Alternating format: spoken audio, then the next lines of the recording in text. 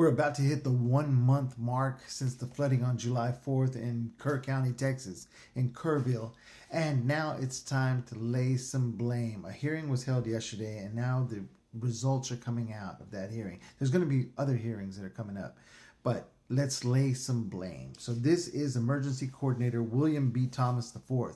Now, he said that prior to the July 4th weekend, he was feeling sick. So he took his name off the duty roster. He was off duty. He was at home, asleep, sick.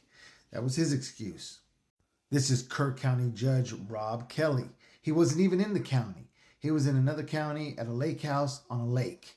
And he didn't even try to get back to the county. Not for days did he try to get back. He enjoyed the rest of the 4th elsewhere because in other parts of the state, there was no rain. It was a beautiful weekend.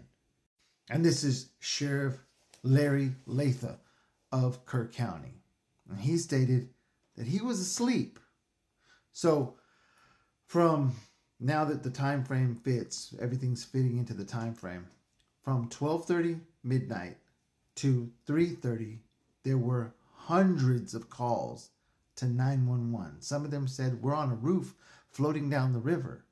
Other were from scared little girls at Camp Mystic and counselors. Hundreds of calls.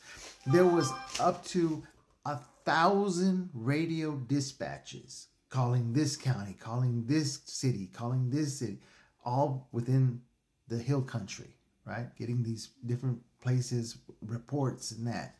That was just within the internal workings of the police department and the sheriff's department.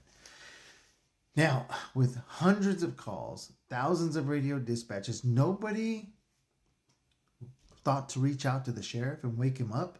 Because he said he was asleep. He's a heavy sleeper. He slept through the whole thing. Wow.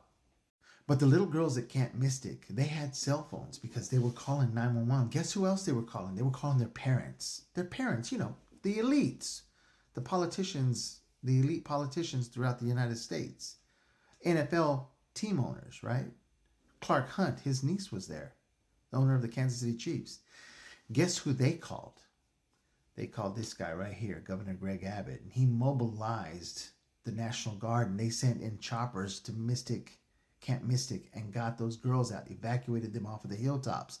But they didn't have enough room. That's why some of them were left. The responsibility lies at the wheels of his chair. He has blood on his hands, and he should be kicked out of office and thrown in prison.